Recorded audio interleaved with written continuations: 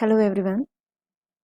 So, we talked about the causes for the French Revolution. Okay, we saw which were the political causes, then we talked about social causes, the structure of the society, how the society, French society was, they had three sections, that first estate, second estate, and third estate. And what were the conditions of the third estate people? How they had to pay all the taxes and everything.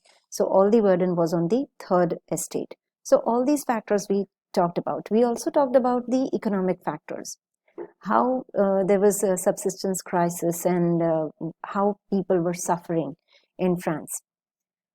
Now, having said all these things, with all these reasons, it is very obvious that people would get angry about the situation, because this situation was going on till long time.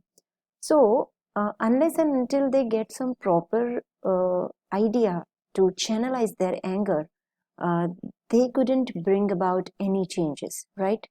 So now we will see which class was successful to bring about this change which they wanted to make in France. So we will talk about a growing middle class envisages an end to privileges. So this is our topic of today's discussion. See, a growing middle class. Okay, envisages means they predicted.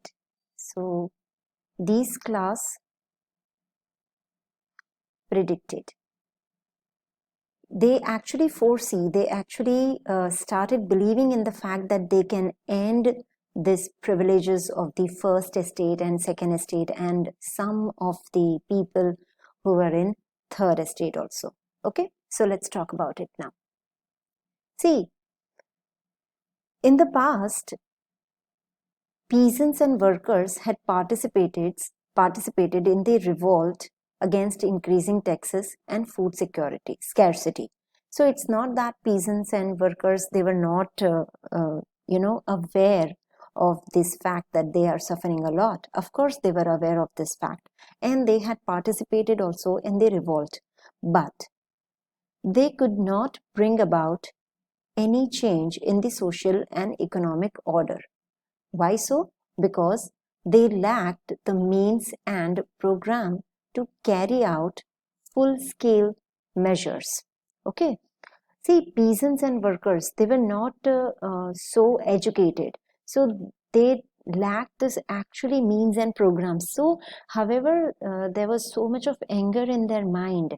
They wanted to change social and economic conditions, but they couldn't do so because they lacked this means and programs to carry out. They didn't get any proper idea. They couldn't channelize their anger. Okay. And with this responsibility was left to those groups within the third estate who had become prosperous, and these people had access to education and new ideas. So now in third estate, there were some people uh, who were prosperous also, they had education also, and they had new ideas also. So now the responsibility came to this group of people. So the 18th century witnessed emergence of one social group, and that group was termed as middle class. Okay, now it's not that in third estate there were only peasants and poor people. See, in addition to merchants and manufacturers, the third estate included some professions such as lawyers or administrative officials also. Okay, and these people were educated. Not only educated, they also believed that no group in society should be privileged by birth. So, because of the education, their mentality was such that they also believed in the fact that there shouldn't be any group in the society and that could be, they should be privileged by birth.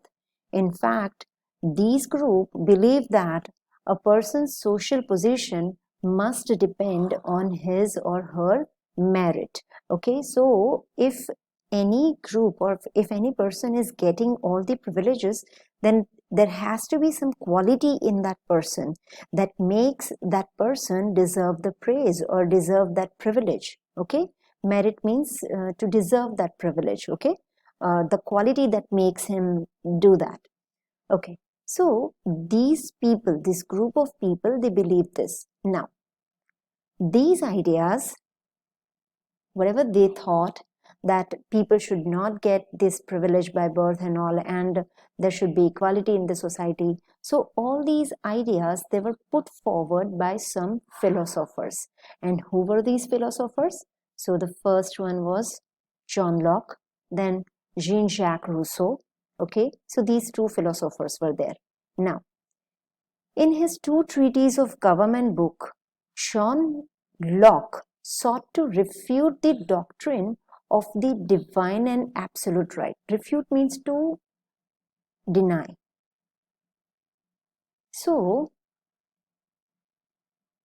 this person, John Locke, he actually denied the doctrine of the divine and absolute right in his book, that is, Two Treatises of Government. Okay, so of the monarch. So he didn't believe that monarch should have all these absolute right and divine. It's not that they are so good and they have that quality that they should enjoy all the rights. Now, this is what proposed by John Locke in his this idea was introduced by John Locke in his book, that is Two Treatises of Government. And Jean-Jacques Rousseau, he actually carried this idea forward. And not only he carried this idea forward, but he also proposed a form of government based on the social contract. And in between which people this contract would be? It would be between people and their representatives. Just like we have our representatives, some leaders, okay? Similarly, Jean-Jacques Rousseau, he also believed in the same fact which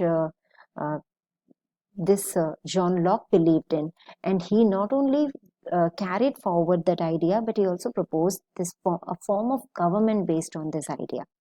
And this form of government would be based on a kind of social contract between people and their representatives. So these ideas about these two people. Now, there was one more guy. He wrote this book, The Spirit of the Laws, Montesquieu. Okay, so he is also a social reformer. Okay, so what did he do? He proposed a division of power within the government itself. So this is very important. See, he proposed a division of power within the government itself between the legislative, executive, and the judiciary. See, we know what is division of power. When we divide the power between within the same government, between the group of people, so that they don't misuse their power, that is called division of power. And this division of power, this idea of division of power, was proposed by Montesquieu in his book, The Spirit of the Laws. And this idea, this model of the government was so good that it was put into force in the USA. Okay, and this happened after the 13 colonies. We read about these 13 colonies. So after these 13 colonies of America, they declared their independence from Britain. Okay, now whatever we have seen that in American Constitution and its guarantee of individual rights, this is very important example of political thinkers in France. Okay, so these political thinkers in France, they actually gave the idea to the whole world, and some of them like America, they also imbibed this. They also started to follow these ideas in their constitutions, right? So this is about these thinkers and their idea. Now, see, how did they kind of spread their idea? So let's talk about this now. So the idea of these philosophers, they were discussed intensively in salons and coffee houses and spread among the common people through books and newspapers also. Okay, and these were frequently read aloud in groups. So these ideas, people used to read aloud this in groups for the benefit of those who could not read and write. See, we know that 90% of the population, they were in the third estate group, okay, and they were peasants. So naturally, most of the people, they could not read and write. So these ideas use, people who could read and write, they used to read aloud these ideas in groups so that they can understand. They even use some signs so that they can understand. That we will see later on. So the news that Louis XVI, he is planning to impose further taxes so that he can meet the expenses of the state generated anger and protest against the system. So now all these things were already going on, okay? And again, this news that the king is planning to impose further taxes so that he can meet the expenses. Now, as such, people were they were agitated. They were so upset about this government and everything. And again, they got this news. So they, kind of this thing again generated anger and protest, the feeling of protest against the system of privileges. So this is what happened when middle class or these social thinkers, they started putting forward their ideas. They started spreading their ideas with the help of their education among the common people of France. In our next video, we will talk about what happened after all this agitation and anger among the people.